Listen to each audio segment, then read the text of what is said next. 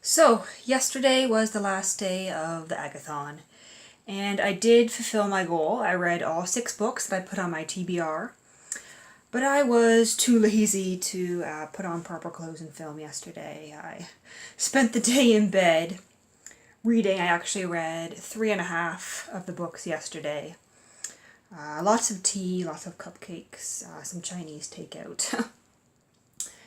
But today I am sitting down to film my wrap-up.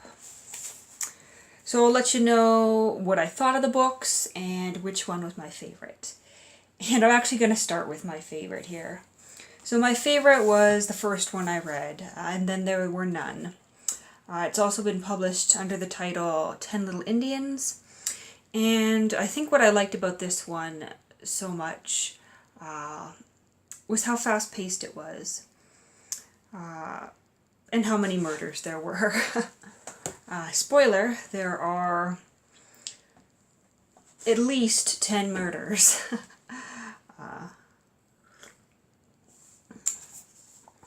But, I mean, you don't know who's murdered first or who the murderer is because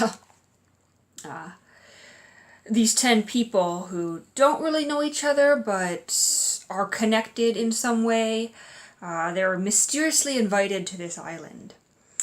And someone is either among them or lurking there, I won't tell you which. And they've set out to murder all 10 guests based on something that connects them all. And it was very good, despite being one of the shorter ones that I read. Then after that, I read The Mousetrap. And this one wasn't quite as good. The Mousetrap is a Poirot mystery. And it's actually one kind of novella or longer short story with a bunch of other short stories. So it's officially called The Mousetrap and Other Stories, also published under the title of 3 Blind Mice. I'm just going to focus on The Mousetrap as the main piece of that collection. Someone has been murdered. A young couple is opening a guest house, kind of a fancy bed and breakfast, more or less. And there is something that links them to the murdered woman, and they find their lives in danger during a snowstorm. It was quite good, but not as good as And Then There Were None. After that, I read those 2 books on Saturday mostly. I did start And Then There Were None on Friday, but I read maybe 15 pages before going to bed. Friday was a busy day. I had work and then I had a date, and by the time I got home around 10 o'clock, it seemed extremely late to me because that's my bedtime lately. But yeah, so Saturday evening I started reading Hickory Dickory Dock, which I believe has also been published under the title of Hickory Dickory Death. So many different titles for these Agatha Christie's. And this one is another Poirot. And the premise is, I think the back of the book refers to it as a youth hostel, a student's hostel, but it comes across more as like student housing, because the people living there are there for extended periods of time. A lot of them are working, a lot of them are actual students in school, and it seems to be like their permanent home. They're not just passing through. But the mystery comes up when Poirot notices that his secretary, Miss Lemon, it looks like Miss Lemon, but I've heard it pronounced Miss Lemon in the in the TV adaptation I used to watch. She makes some mistakes in a piece of her typing, and Poirot finds that very uncharacteristic. He asks her what's wrong, and she reveals that her sister is running this student housing. And some very mysterious things have been happening. Things have been disappearing. A single shoe disappeared. A rucksack disappeared. The light bulbs in the hallway disappeared. An expensive ring went missing and later showed up in a plate of soup. So Poirot goes to investigate, and he soon suspects that it's a little bit more than just things going missing. He tries to unravel this, and then someone shows up dead. And then another person shows up dead. Multiple murders. I do like the stories where there's multiple murders. As opposed to when I read Death in the Air, which was what I started yesterday morning. I actually finished Hickory Dickory Dock yesterday morning because I couldn't finish it the night before. I was too tired, so I went to bed, woke up, started it again. And then when I finished that, I started in on Death in the Air, which I did not enjoy quite as much, and I think it's probably because there weren't as many murders, and I do enjoy all the murders. Poirot is on a plane, and someone is mysteriously murdered by a poison dart. And the pipe that they suspect the dart was blown out of is found tucked into Poirot's seat later on. Which of course causes a French jury to want to have him arrested and convicted. But the police there are in disbelief, and the judge says he won't accept their verdict, and so of course he gets to go free, and of course he wants to clear his name, because even though he's not going to be arrested, it doesn't reflect well on his practice. But we have that murder at the beginning of the book, and then we don't really get much else. A lot of it involves kind of people sitting in a room, people sitting over coffee, people sitting in someone else's room questioning them, trying to determine who did this first murder. I mean, that happens in the other Agatha Christie's too, but it's mixed in with kind of the tension of later murders.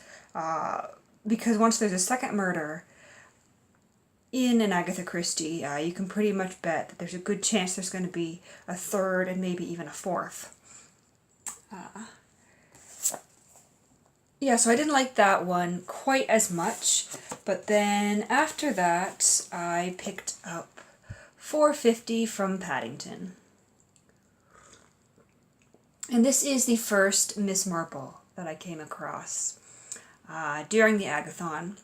I don't tend to like the Miss Marple quite as much just because she's kind of a boring character. I mean, this novel could almost have done without her. She's barely in it. A friend of Miss Marple's is on a train. It slows down. She looks out the window as another train is going by. She spots a woman being strangled, as illustrated on this delightful cover. She reports it, but unfortunately no one believes her because they can't find a body, so she gets in touch with her ailing friend, Miss Marple, who, because of her age, cannot investigate on her own. So she hires a younger woman to go to this kind of house in the country, this fancy manor, and pose as a housekeeper, as a cook, so that she can search the grounds for this body, because Miss Marple has somehow decided that the body must have been thrown off the train at a specific point, and it's near the grounds of this fancy house, and so it'll give this woman she's hired a chance to look, and it sounds like a harebrained scheme. Because there's no evidence that the body was thrown off the train there. Miss Marple is basically going on her friend's word that someone was actually murdered. And then they think this woman is like, I have 3 weeks. I can stay for 3 weeks, so I'll give up my holiday and take this job for 3 weeks. But after that, I've got another engagement to go off to. And coincidentally, they do find the body, and it's linked to the people in this village, to the people in this house as well, and it was pretty decent because you do get some more murder, some more attempted murder, but Miss Marple was not really present. I mean, she kind of unravels the mystery, but she does it with an awful lot of help. And you're constantly reminded that she's old.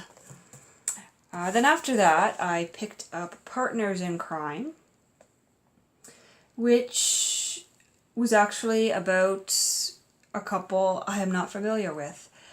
Tommy and Tuppence.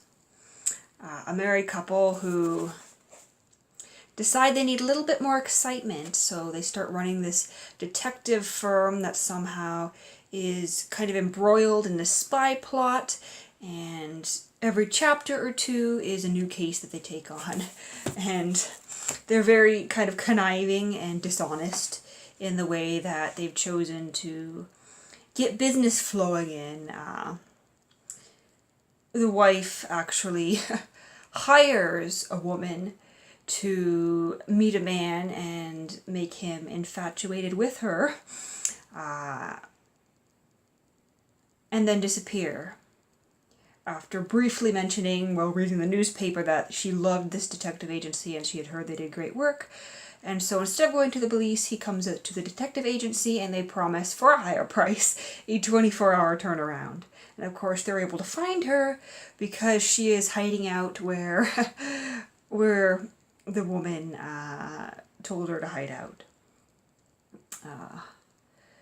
And a lot of their detective work seems to be sheer luck. They get themselves in sticky situations. Not really the most exciting mysteries. There are things like, oh, a pearl is missing. It fell out of the brooch. Where could it be? Stuff like that. So that was my Agathon reading, and I have to say I immensely enjoyed doing the Agathon, and I'm hoping we'll all do it again next year.